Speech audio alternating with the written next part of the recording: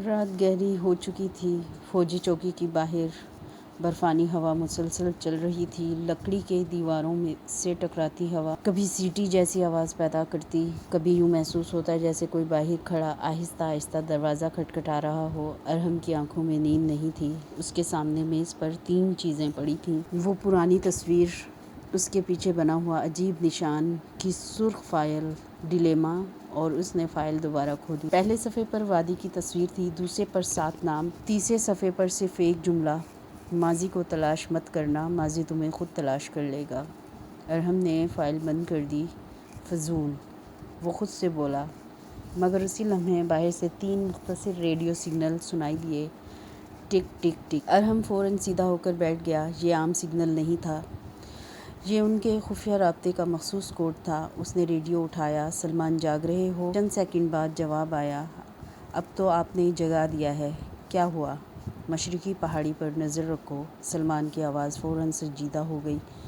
کچھ دیکھا ہے؟ ابھی نہیں۔ ارحم کھڑکی کے قریب گیا۔ دور پہاڑ مکمل اندھیرے میں ڈوبے ہوئے تھے۔ پھر اچانک ایک چھوٹی سی روشنی پہاڑ کی چوٹی پر نظر آئی۔ ایک لمحہ پھر غائب۔ سلمان نے ریڈیو پر کہا: میں نے بھی دیکھی۔ ارحم نے جواب دیا: کسی کو باہر مت بھیجنا، لیکن اگر یہ حکم ہے، یہ حکم ہے۔ ریڈیو خاموش ہو گیا۔ ارحم نے دوبارہ پہاڑ کی طرف دیکھا۔ روشنی پھر نمودار ہوئی، اس مرتبہ 2 مرتبہ، پھر 3 مرتبہ۔ ارحم کی آنکھیں سکڑ گئیں۔ یہ اتفاق نہیں تھا، کوئی انہیں پیغام دے رہا تھا۔ دوسری طرف زہرا اسی وقت اپنے کمرے میں بیٹھی تھی۔ اس کے سامنے ایک پرانا ریڈیو رکھا تھا۔ وہ بھی اس روشنی کا انتظار کر رہی تھی۔ روشنی 3 بار چمکی۔ زہرا نے گھڑی دیکھی، رات کے 11:47۔ اس نے آہستہ سے کہا: تو تم بھی یہاں ہو؟ مریم نے پوچھا۔ کون؟ زہرا نے جواب نہیں دیا۔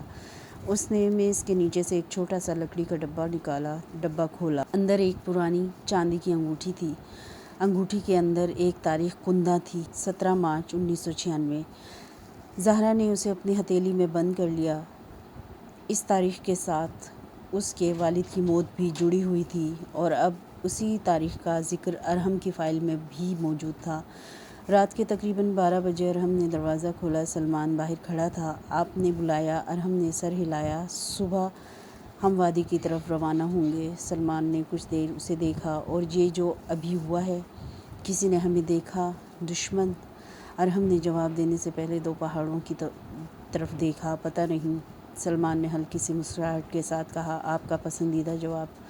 ارحم بھی مسکرا دیا۔ پھر اچانک اس کے چہرے کی سنجیدگی واپس آ گئی۔ سلمان جی، اگر کل کچھ غیر معمولی ہو۔ وہ رک گیا۔ تو میری اجازت کا انتظار مت کرنا۔ سلمان نے حیرت سے اسے دیکھا۔ آپ کو ایسا کیوں لگ رہا ہے؟ ارحم نے آسمان کی طرف دیکھا۔ کیونکہ مجھے لگ رہا ہے کہ ہم جس چیز کو ڈھونڈنے آئے ہیں وہ بھی ہمارا انتظار کر رہی ہے۔ اسی وقت زہرا نے اپنے والد کی ڈائری کا آخری صفحہ کھولا۔ وہاں صرف ایک نام لکھا تھا: ارحم۔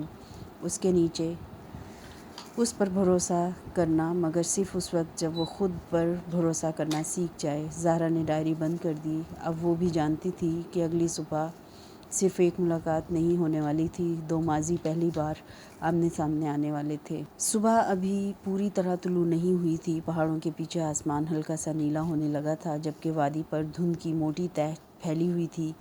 فوجی چوکی میں ہر شخص اپنی تیاری مکمل کر رہا تھا۔ ارحم نے اپنی گھڑی دیکھی: 5:10۔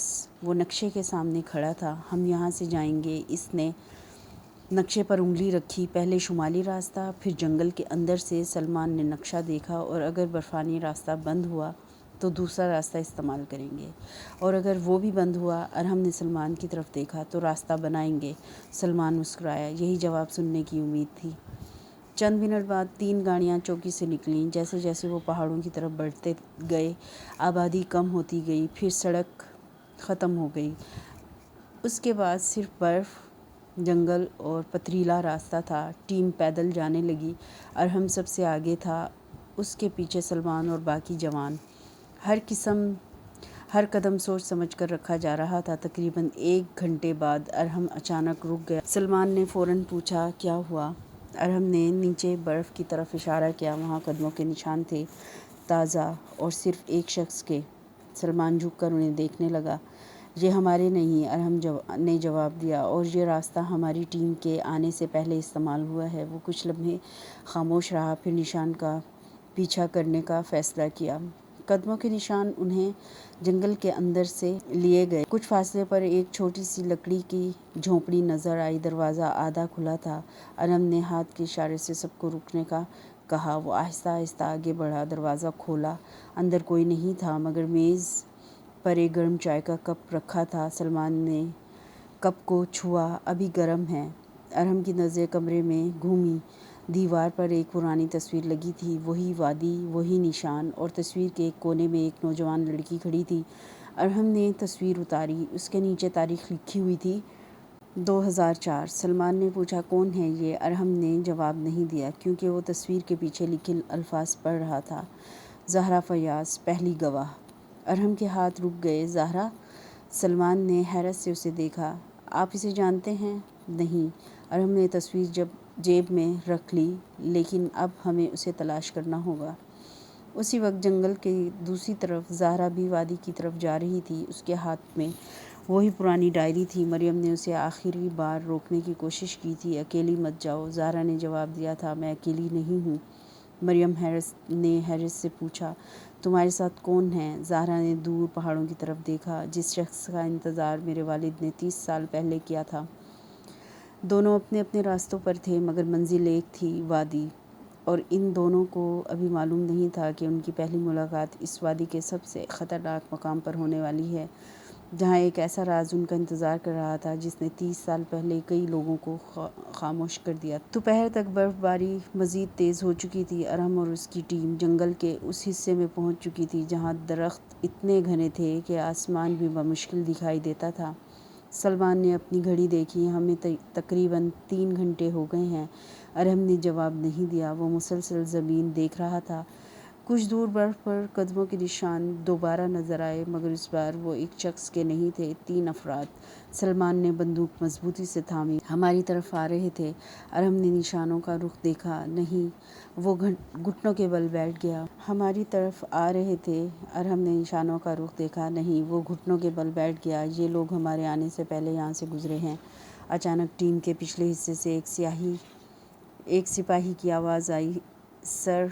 سب نے پلٹ کر دیکھا۔ ایک جوان کے ہاتھ میں کپڑے کا چھوٹا سا ٹکڑا تھا جو ایک جھاڑی میں پھنسا ہوا تھا۔ ارحم نے اسے لیا۔ کپڑے پر وہی نشان بنا ہوا تھا جو اسے خفیہ فائل میں ملا تھا، ڈیلیما کا نشان۔ سلمان نے آہستہ سے کہا، یہ لوگ ہمیں راستہ دکھا رہے ہیں۔ ارحم نے سر ہلایا۔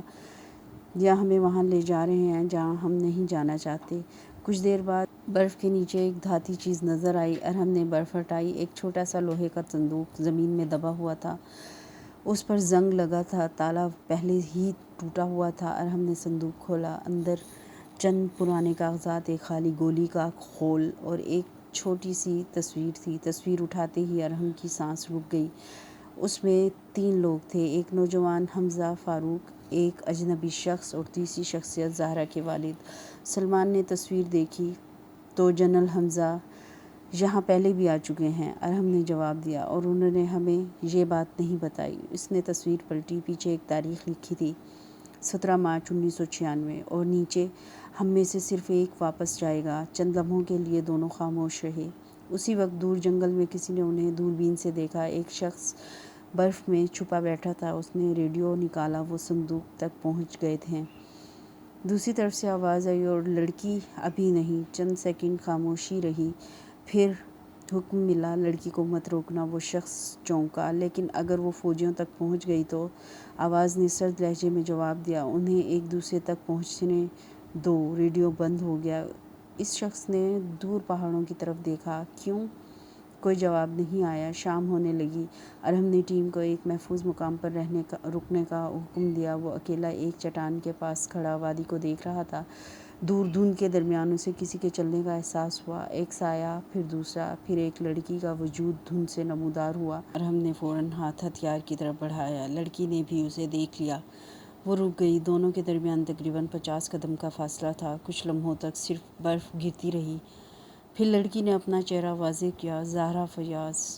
ارحم نے پہلی بار اسے دیکھا، اور زہرا نے پہلی بار اس شخص کو جس کا نام اس کے والد کی آخری ڈائری میں لکھا تھا، مگر دونوں کو ابھی یہ معلوم نہیں تھا کہ ان کی ملاقات محض اتفاق نہیں تھی، کسی نے انہیں یہاں تک پہنچایا تھا۔